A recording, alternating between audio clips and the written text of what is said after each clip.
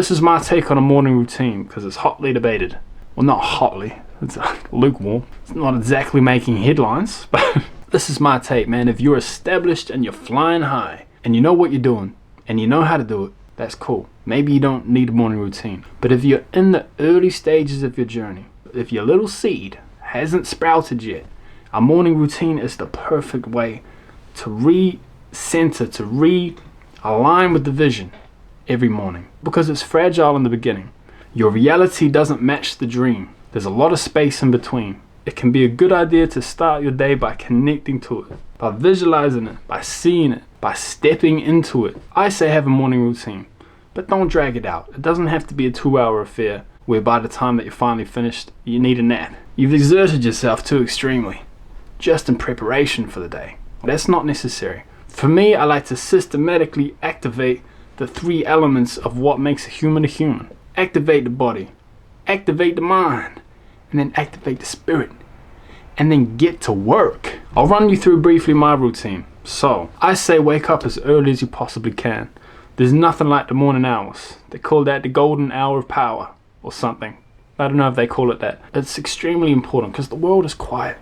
Everything's still. You and your work, just you and your mind, right? Before the noise of the day. Before the tasks and the duties and the admin, it's just you and the silence of the morning. The sun isn't even in the sky. The birds are only just starting to chirp. Right after that, roll downstairs. Has some purified water with some lemon juice and a bit of creatine. It was previously associated with bodybuilding and gains, but it actually has been shown to have tremendous cognitive benefits, specifically too when you've been sleep deprived. Look into that. I'm not the science guy, or at least I'm not going there today. This is a quick hit video. I down that. And then I do a bit of a morning process of sorts. Put the dishes away, make the bed. All the while, I'm plugged in. I'm listening to positive material, man. Motivational stuff, inspirational stuff, audiobooks, topics that are specifically related to the goals that I'm trying to achieve for this chapter of my life. Then when this is wrapped up, boom, we hop into a cold shower. Now, in a bang for your buck sense, a cold shower is like one of the most absolute powerful things you can do in the morning. There's a ton of physiological benefits, alertness, mental cognition. The initial cortisol spike elicits a slow release dopamine that stretches out afterwards. Again, look to Huberman. But the real greatest factor about a cold shower in the morning is that it shows the universe that you ain't come to play today. Yeah, when it's a cold winter's morning, when the birds have barely left the nest, you're out there in freezing cold water when you could be in bed, sleeping. It's just a gangster play. It shows yourself too, like, man, we're serious about this today. We're going in. And I do understand that cold showers can be difficult, especially if that's something brand new for you. What you can do instead is a contrast shower, right? Hop in hot and then go cold, and then go hot and then go cold, right? For like 1-minute intervals or 2-minute intervals. We hop out of the shower. We are the presentation to the world. Our face, our body, the clothes that we wear. It's not exactly who we are, but it is our physical representation in the world. It's worth taking the time to put the effort into your appearance a little bit. Groom up a little bit. Take care of yourself. Take pride. Actually, I don't do much, to be fair. I say that, but I just roll out and what can I say? Right after the grooming session, bit of mobility. We're going to limber up the muscle. We're going to lubricate the joints so we can shiver the timbers of the day. One by one, learn the key poses. Learn like the froggy squat, the Urdhva Dhanurasana. I have no idea. I'm pretty sure that's a 6th position. Just learn the basic ones, man. That's the way I try to approach any of these kind of health practices. Just study what the most bang for your buck thing is and just do those. In a time sense, it's the most effective way to go about it. After we've done the mobility routine, breath work. 3 rounds, I specifically do Wim Hof breathing because I respect Wim Hof. I think he's a badass dude and he's got a big heart. He's a gangster hippie and I like people like that. There's many forms of breath work. What it's gonna do early in the morning is oxygenate the blood. Very important, right? And now you can see we've flicked on all these physiological switches. We're awake. We're aware. The lust for life, the life force is rising up the spine. Now the best part about this is that after these breathing exercises, it's kind of a hack because from this state, you can get into a meditative state so much easier.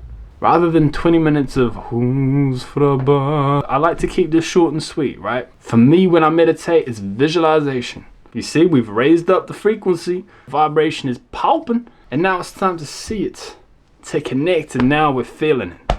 Now we're feeling it in the heart. If I'm alone, I speak out loud physically. There's something extremely powerful about speaking things into existence. Much more powerful than a thought alone. Talk about it. For me, I just run over my day. You're at the blueprint desk of your life here and you're scribing. After that, I set my intentions. Not just today, but tomorrow.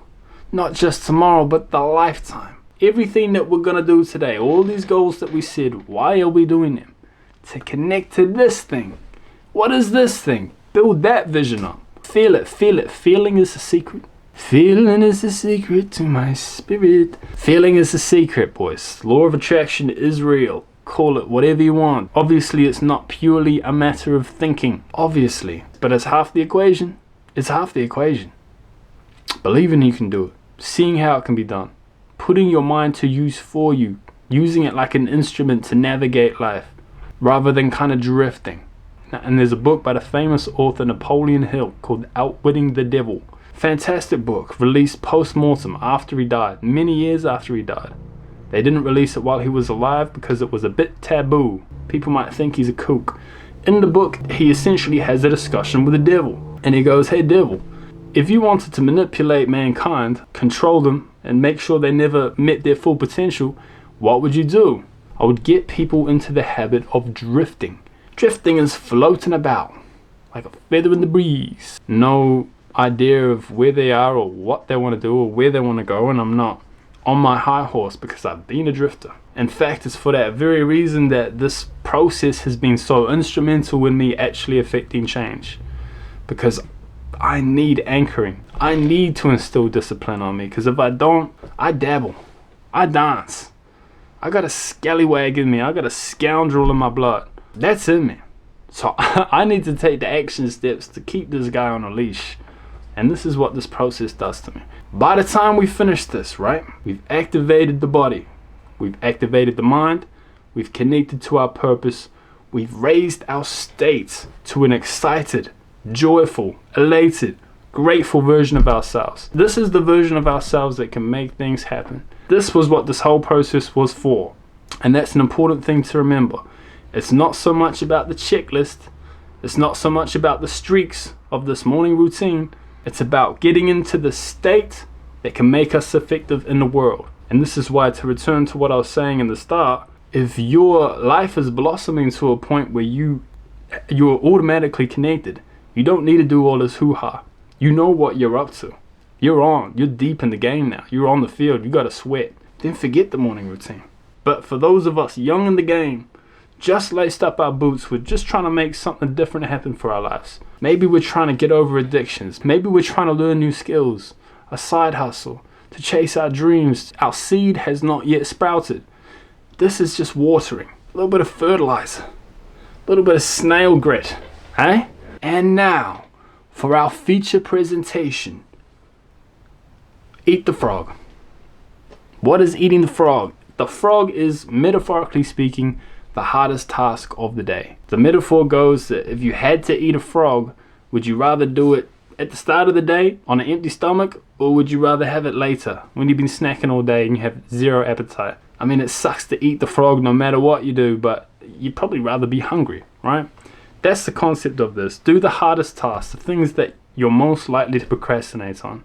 Consider it this way. If you've gotten up at 5, say, you've done this morning routine that hopefully took you about 30 minutes, you could squeeze it down to 15, 20. If you had to squeeze it down, I would keep the cold shower, I would keep the breath work, and I would keep the meditation. Those are probably the most important. And then also hydrate, but that doesn't exactly take effort. But if you've done that, you've woken up at 5, it's now 6 a.m. Now you have potentially from 6 to about 8 to work on your dream, to work on your side hustle, to learn new skills, to further your life and do whatever you want to do. This is it. These are your dream hours, bro. I try to get some in after work too, and I do, but it's a different kettle of fish. It's the easiest in the morning by far. And that's it, man. That completes it. For me personally, the last thing that I do on my drive to work, in the car, out loud, I speak, just like I did in the meditation session. I'm gassing myself up. I'm getting excited. Sometimes I have myself laughing with the shit that I'm saying. This is a good place to be. It's joy. It's an expression of joy. And the universe sees it and it's like, this guy's happy to be here. Let's send some good things his way, because he's someone who's going to appreciate it. That is my morning routine. Serve me well. The way you start the day is the way your day tends to go. That was the first time that I ever just freestyled. It was dense. We covered a lot of topics. If you found value in this, like and subscribe. The more I grow, the more it's going straight back to you. So if you have questions, fire away and I'll answer them in my videos, and I won't use your name unless you want me to. That was pretty hyper, eh? I'm running on fumes, so I think I'm just like, ugh. Take it easy, boys. I don't know why I say boys all the time. There's girls out here. See you, girls. Bye, girls.